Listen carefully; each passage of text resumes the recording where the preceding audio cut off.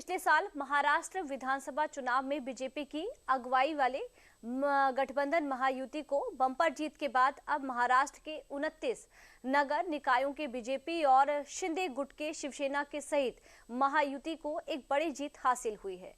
तो ठाकरे बंधुओं के 20 साल से ज्यादा के बाद एक बार फिर साथ आने का भी उनका जो काम की कोशिश थी वह अब काम नहीं आई है। इधर मुंबई सहित 1 दर्जन से ज्यादा नगर निकायों में बीजेपी गठबंधन को जीत मिली है। तो पुणे में पवार परिवार का साथ आना भी उनके लिए काम नहीं आया है।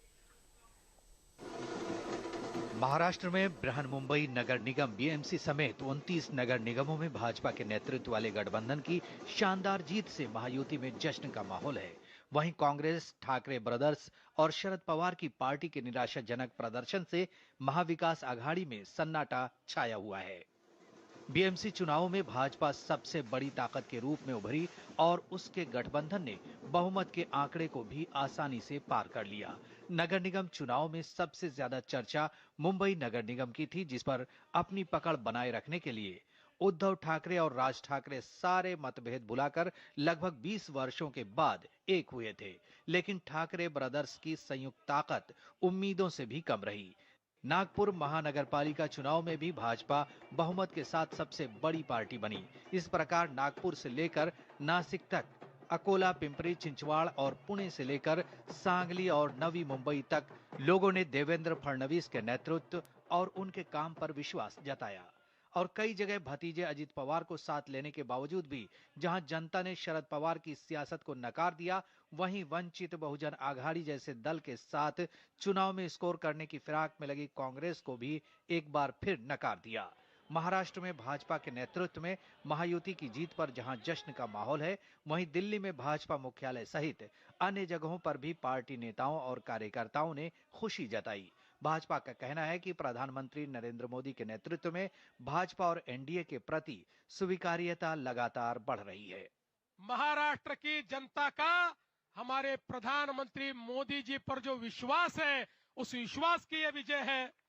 इस देश में और महाराष्ट्र में प्रधानमंत्री मोदी जी ने जो विकास और विश्वास की राजनीति शुरू की है, उसका यह विजय है। महाराष्ट्र नगर निगम में भारतीय जनता पार्टी और हमारे गठबंधन सहयोगियों के साथ महायुति ने शानदार सफलता अर्जित की है। यह दर्शाता है कि प्रधानमंत्री श्री नरेंद्र मोदी जी के नेतृत्व में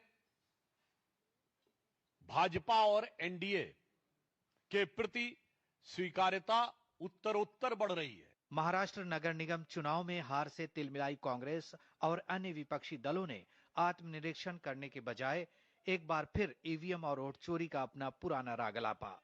हमारे पास बहुत सारा मटेरियल है, वो प्रोसेस हम चलाते जाएंगे। हिंदुस्तान के जेन जी जो हैं और युवा हैं, उनको हम क्लियरली दिखा देंगे। ये भारतीय जनता पार्टी वाले, ये शिंदे वाले, अजित पवार वाले चाहे कितनी भी बुरा काम करें, लेकिन आप डरो मत, आप लोगों ने वोट किया है हमको। वहीं एनडीए दलों ने जहां शानदार प्रदर्शन पर खुशी जताई, वहीं राहुल गांधी के साथ कांग्रेस और महाविकास आघाड़ी पर जमकर पलटवार किया।